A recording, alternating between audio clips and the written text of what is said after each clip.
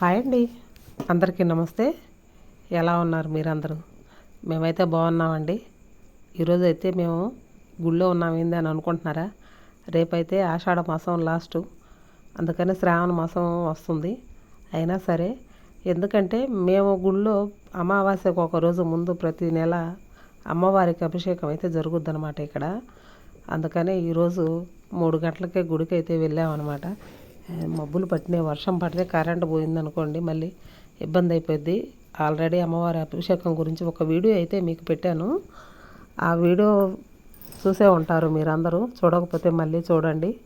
ముందుగా మా ఛానల్ని లైక్ చేయండి, షేర్ చేయండి, కామెంట్ చేయండి. మొత్తానికైతే అమ్మవారి అభిషేకం అయిపోయింది, లోపల అలంకరణ అయితే అయిపోయింది. ఇక బయట ఈ కడగటం ఇవన్నీ ఉన్నాయన్నమాట. ఇవన్నీ చూస్తున్నారు కదా, ఇవన్నీ వంట పాత్రలు అండి. ఎందుకంటే నీళ్ళు మళ్ళీ ఎప్పుడు వస్తాయో తెలియదు, ఎప్పుడు పోతాయో తెలియదు. అందుకని ఇవన్నీ గుడి కడగటానికి చాలా నీళ్ళు అయితే పడతాయి. అందుకోసం నీళ్ళు అయితే ఇట్లా పైప్ వేసుకొని పట్టుకుంటాము. లోపలైతే అయిపోయిందండి పూజతో పాటు మొత్తం. అమ్మవారిని అలంకరణ చేసిన తర్వాత బయట మొత్తం శుభ్రంగా ఇలా కడిగేసుకుంటున్నాము. గుళ్ళో ఇదంతా శుభ్రం చేసి నీట్గా పెట్టడానికి చాలామంది ఎవరికి చేతనైన పని వాళ్ళైతే చేస్తుంటాము.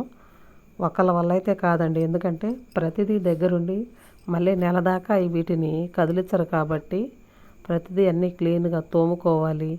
ఆ నూనెతో అంతా జిడ్డు జిడ్డు అయిపోయి ఉంటాయి. అయినా సరే ఓపికగా ఎవరి చేతనైన పని వాళ్ళు నీట్గా చేస్తామన్నమాట. బండలు కడిగే వాళ్ళు కడుగుతారు, పూజించే వాళ్ళు పూజ చేస్తారు, అలంకరించే వాళ్ళు అలంకరిస్తారు, ఊడ్చే వాళ్ళు ఊడవటం. ఇలాగండి చూస్తున్నారు కదా. ఇంతమందిని చేస్తేనే గుడి అయితే చిన్నదే కానీ అయినా సరే పని చాలా ఉంటుందండి. గుళ్ళు అంటే ప్రతిదీ నీట్గా ఉండాలి, అన్ని దగ్గరుండి చూసుకోవాలి. అందుకనే చాలా నీట్గా అయితే కడిగి మొత్తం శుభ్రం చేస్తున్నాము. రేపు అమావాస్య అనగా నెల నెల ఇలాగైతే అభిషేకం అయితే ఈ గుళ్ళో అయితే జరుగుతుంది. మీ అందరూ మా ఛానల్కి సపోర్ట్ చేయండి.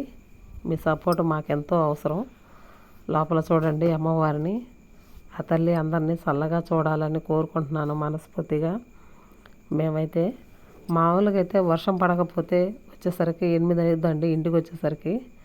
కాకపోతే ఇవాళ వర్షం వచ్చేటట్టు ఉందని చెప్పేసి చూడండి, మబ్బులు బట్టి ఉన్నాయి. ఆల్రెడీ వర్షం అయితే వచ్చేసింది. మబ్బులు పట్టున్నాయని మా వారు, మా మావయ్య వీళ్ళిద్దరూ చూడండి అమ్మవారు కనిపించట్లేదని పక్కకైతే జరుగుతున్నారు. ఇదైతే ఎంతో బాగుంది అమ్మవారు అని చెప్పేసి అనుకుంటున్నాము. ఎందుకంటే అలంకరణ ఒక్కరోజు అంత చక్కగా కుదురుద్ది అనమాట. లాస్ట్లో వెళ్ళేటప్పుడు అమ్మవారికి దిష్టి కూడా తీస్తారనమాట. ఎందుకంటే మన దిష్టి తగిలిద్దేమో అమ్మవారికి అన్నంత అందంగా కనిపిస్తారు చూడంగానే ఆ తల్లిని. చూడండి ఇవన్నీ బయట పెట్టుకొని మళ్ళీ తిరిగి అవన్నీ లోపలికి సర్దుకునేసరికి చాలా టైం పట్టిద్దండి. అయినా సరే ఎంతో ఓపికతో మేము అందరం అయితే చేస్తుంటాము. గుళ్ళో అయిపోయిందండి, లోపల పూజ అయితే అయిపోయింది. ఇక బయట ఏమైనా పనులు ఉంటే చూసుకోవాలి. ఇదిగోండి పిల్లలు కూడా చాలా చక్కగా చేస్తున్నారు. ఇక్కడ ఈ బండలన్నీ కడిగితే అయిపోయిద్దండి.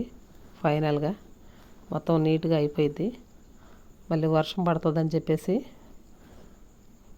మా వారు, మా మావయ్య ఛానల్కి లైక్ చేయండి అని చెప్పి అడుగుతున్నారు. వాళ్ళ కోసమైనా లైక్ చేయండి మా ఛానల్ని.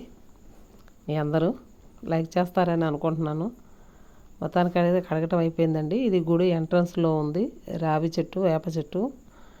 చివరికి ఇక్కడైతే పూజ అయితే చేశాను నేను. పసుపు కుంకుమతో పూజించడం అయితే జరిగింది. తర్వాత అంతా అయిపోయిన తర్వాత మళ్ళీ ఎక్కడ తీసిన వస్తువులు అక్కడ నీట్గా పెట్టుకోవాలి. దాని తర్వాత ఇలా ధూపం అయితే వేస్తారనమాట అయిపోయిన తర్వాత. ఎందుకంటే మళ్ళీ ఆదివారం ఉదయాన్నే 8-9 మళ్ళీ గుళ్ళో ఉంటారనమాట. అందుకనే ముందే అవన్నీ మళ్ళీ చక్కగా నీట్గా సర్ది ఎక్కడే పెట్టుకోవాలి. వచ్చే వాళ్ళకి ఇబ్బంది లేకుండా చూసుకోవాలి మళ్ళీ.